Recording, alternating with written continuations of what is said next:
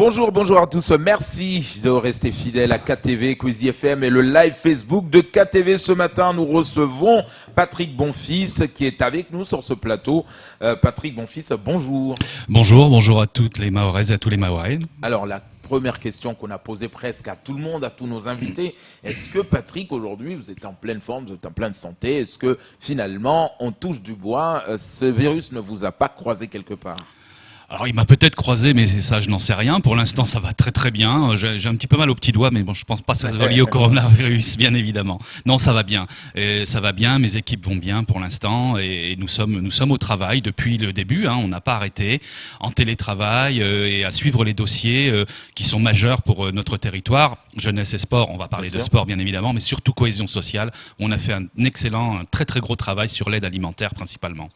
Alors avant de parler bien évidemment de nos enfants, du sport, on le sait qu'avant ce virus qui est venu chambouler le planning de tout le monde, il y avait énormément aussi de chantiers, notamment tout le monde rêve de ce stade aujourd'hui qui va devenir à peu près, entre guillemets, notre stade olympique, le stade de Cavani. Ces chantiers-là sont là, mais finalement, on ne travaille pas pour l'instant. Alors c'est vrai que les chantiers ont été un peu arrêtés parce que les constructeurs, ceux qui font les bâtiments sur notre territoire, se sont mis un peu en quarantaine eux aussi, ce qui n'était pas demandé. De toute façon, il y avait des gestes barrières à respecter, donc les travaux auraient pu continuer. D'ailleurs, ils ont repris, pour être clair, et effectivement, ça a pris un petit peu de retard. On a eu un gros mois et demi où tout s'est un petit peu figé sur le territoire, mais les chantiers sont là, les moyens qui ont été mis en place pour construire des stades, des équipements, eh bien ils sont toujours là, donc ça veut dire que tout peut reprendre sans aucun problème et que ce que l'on attend finira par sortir de terre. Alors avant de donner la parole à Léo, c'est vrai que on avait ce planning parce qu'en même temps, quelque part, au fond, dans notre esprit, Patrick Bonfils, vous ne me direz pas le contraire, on a cet horizon de jeu des îles. Donc on voyait un peu ces bâtiments, ces équipements peut-être sortir de terre en se disant on a quand même l'espoir qu'un jour on aura assez d'équipements pour pouvoir organiser ces jeux. Est-ce qu'on peut toujours y rêver ? Alors c'est pas parce qu'on a pris un mois et demi de retard qu'on ne peut plus rêver. Ça fait partie des objectifs, ça fait partie de ce que le territoire souhaite, conseil départemental et les municipalités qui se sont aussi positionnées sur des grands équipements pour certaines. Et effectivement, les moyens étant là, on va continuer ce travail. Ça ne veut pas forcément dire qu'en 2027 on sera sélectionné. Il y a aussi le choix des autres îles, mais le dossier, on fera en sorte qu'il soit prêt pour pouvoir être déposé et qu'il puisse certainement aboutir. Quand on parle sport, évidemment, on pense jeunesse, on pense à tout ça. Comment ça va se passer après quand on va être déconfiné? On entend dire par exemple que pour courir, il faut qu'on ait une distance de 10 mètres entre chaque personne pour courir. Ça va être un peu compliqué là pour courir à Mayotte. C'est sûr qu'on va pas se trimballer avec sa chaîne d'arpenteur pour savoir si on a 10 mètres entre celui qui nous précède et celui qui nous suit. C'est le bon sens. On va demander bien évidemment aux sportifs. Les recommandations, effectivement, pour ceux qui courent en pleine nature, c'est 10 mètres parce que le souffle d'un coureur envoie énormément de particules en suspension. Donc, pour éviter que celui qui est derrière vienne les respirer dans sa course, 10 mètres semble être la bonne distance pour que les particules tombent au sol. Mais pareil, c'est une donnée qui est un peu empirique, on va dire, mais qu'il faudra tenter de respecter. De même, par exemple, pour faire du vélo, le cyclisme, on nous demande à ce qu'il y ait 4 mètres entre chaque vélo. Bien évidemment, je parle d'entraînement et je parle de pratique amateur pour l'instant. Je ne parle pas de pratique professionnelle. Alors, c'est des contraintes, c'est effectivement quelque chose qui est un peu compliqué peut-être à intégrer, à mettre en place, mais ceux qui ont envie de faire du sport comprendront très très vite que leur santé est en jeu, même en faisant du sport, et qu'il va falloir appliquer ces règles. Tous les sports actuellement, toutes les fédérations françaises nous ont envoyé un plan de déconfinement ou de reprise d'activité, on va dire plutôt, avec des recommandations qui sont des recommandations sanitaires, bien évidemment. On a toutes les fiches, même le hockey sur glace que j'ai reçu encore récemment, mais je ne pense pas que ça nous concerne beaucoup. Mais on a par exemple la plongée. Oui. Puisque ici, c'est quand même quelque Bien chose sûr. qui est non seulement du domaine du sport, mais surtout de l'activité économique qui fait vivre une bonne C'est ça. partie Bien sûr. du lagon. Eh bien, on a des recommandations qui sont très strictes sur les produits à utiliser pour désinfecter le matériel, le nombre de personnes sur les bateaux en fonction de la taille des bateaux, le temps de plongée et de la profondeur de descente pour éviter les suraccidents liés évidemment à la compression, à la décompression. Voilà, donc on a des tas de recommandations qui sont du sanitaire, mais aussi du bon sens, qu'il va falloir mettre en œuvre. Alors actuellement, toutes mes équipes sport, bien évidemment, sont en contact avec l'ensemble des ligues et le cross pour pouvoir diffuser ces fiches et pour pouvoir adapter certaines d'entre elles à la réalité locale, bien évidemment, de notre île. J'ai pris la plongée. La réalité locale de la plongée à Mayotte n'est pas la même qu'en Méditerranée, bien évidemment, puisqu'on va ici plonger en eau plus chaude, dans des conditions un peu différentes, dans un des plus beaux lagons du monde.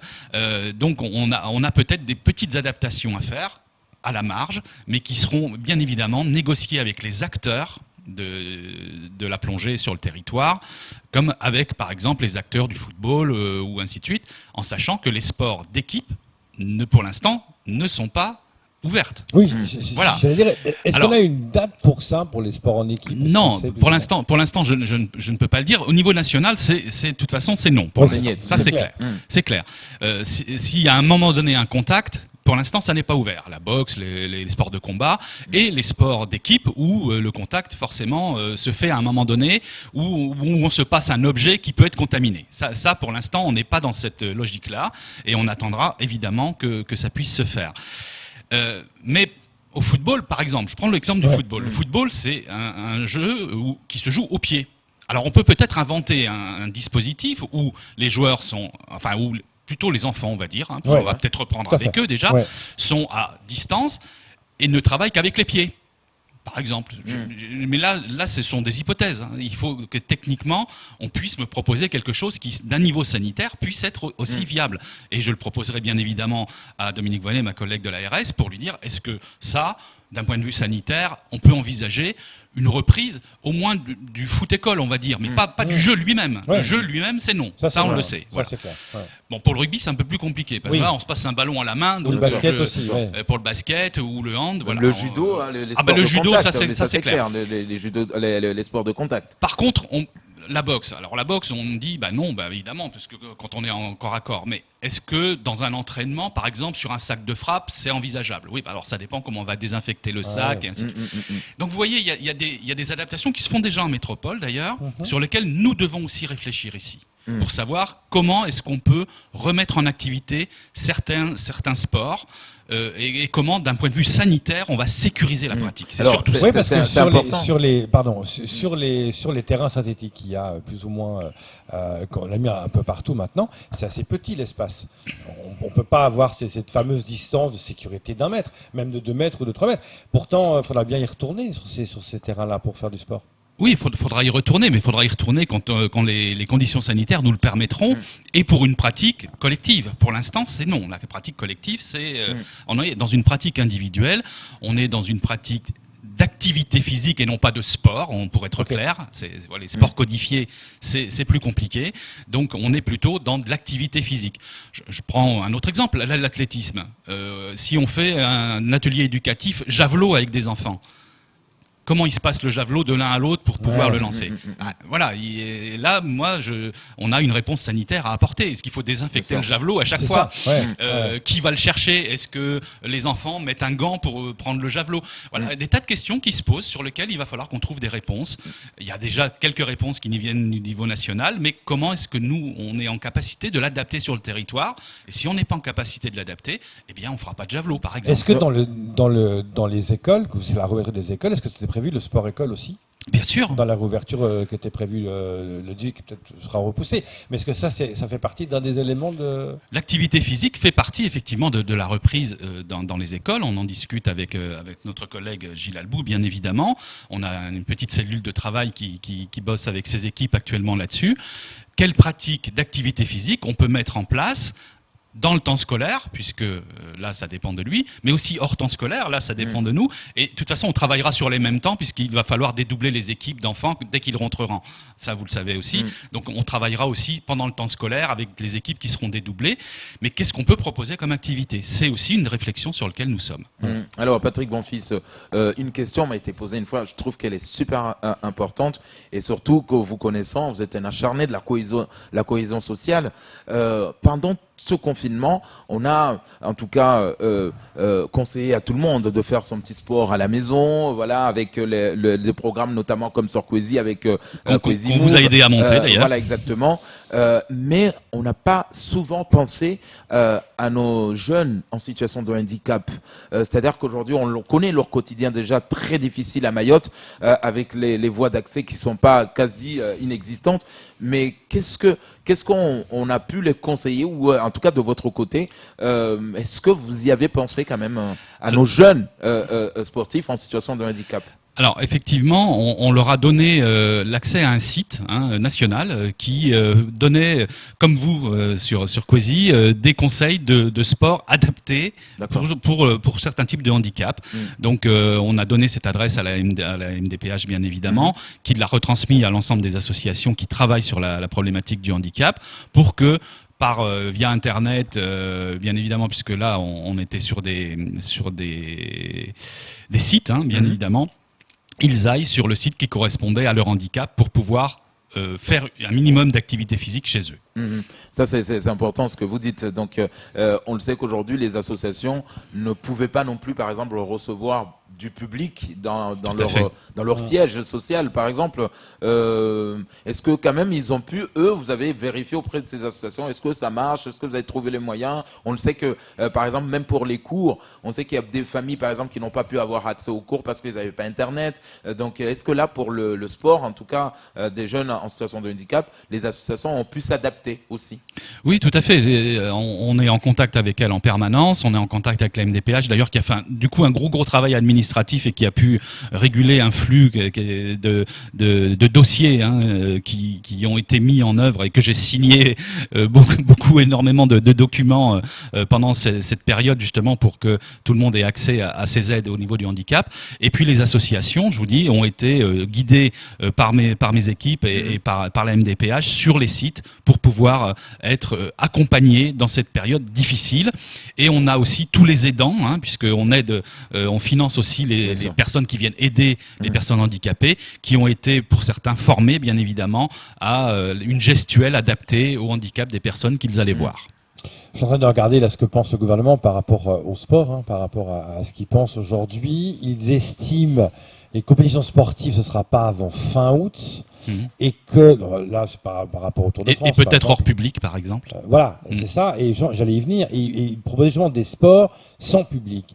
Quand on va au foot, quand on va au basket, quand on va à ces sports comme ça, c'est souvent, on dit souvent le 11e homme, 12e homme, le 13e homme. C'est le public. C'est le public. On l'a vu au Jeu des Îles, le public est là.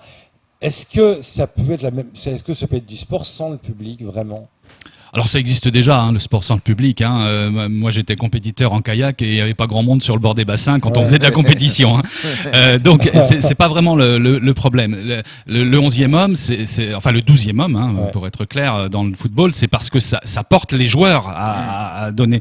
Par contre, vous savez pertinemment que le plus gros public du football, il est derrière sa télé avec des charentaises et une bière à la main, bien évidemment.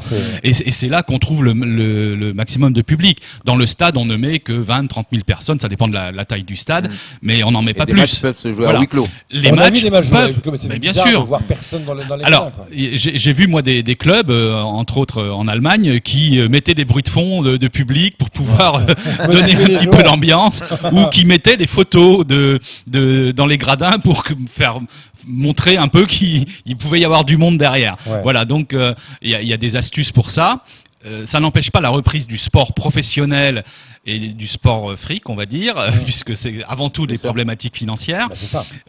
Mais pour l'instant, ça sera à huis clos de toute On en façon. revient au problème santé-économie. Exactement. Avec le sport qui perd des millions, hein. On parle de Oui. millions en ce moment. Du club, voilà, Au niveau international, ce sont des milliards d'euros ou de dollars, vous prenez la monnaie que vous voulez, qui sont actuellement perdus sur le champ effectivement du sanitaire. Mais à la limite, c'est normal. C'est normal, on va pas faire prendre des risques et aux athlètes de haut niveau et au public pour ça. On a autre chose à régler avant. Alors, une question, c'est vrai que chez nous, les grands rendez-vous, on les a oubliés, il faut les oublier. Donc cette année, il n'y en aura pas. On sait que nos enfants, Patrick Bonfils, adorent ce rendez-vous de course de pneus. On sait que les entreprises, les adultes adorent le rendez-vous de beach foot entreprise. On sait que nos enfants également adorent l'UNSS tous les mercredis dans les écoles, dans les établissements. Qu'est-ce que vous avez conseillé à ce monde-là? Donc on fait table rase, on oublie, on y pense à la prochaine déjà. On se prépare déjà. Alors, pour tout vous avouer, j'ai pas reçu la fiche pour la course de pneus. Au niveau national, c'est pas répertorié. Donc le déconfinement de la course de pneus. Commencé déjà. Alors, monsieur Edouard Philippe, le jour de la course de quoi? Si j'envoie ça à ma ministre, je pense qu'elle va se poser la question de savoir à quoi ça ressemble.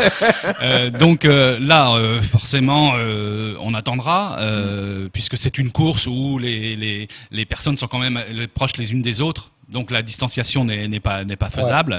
Bon, c'est clair d'un point de vue sanitaire, on peut pas se permettre de le faire.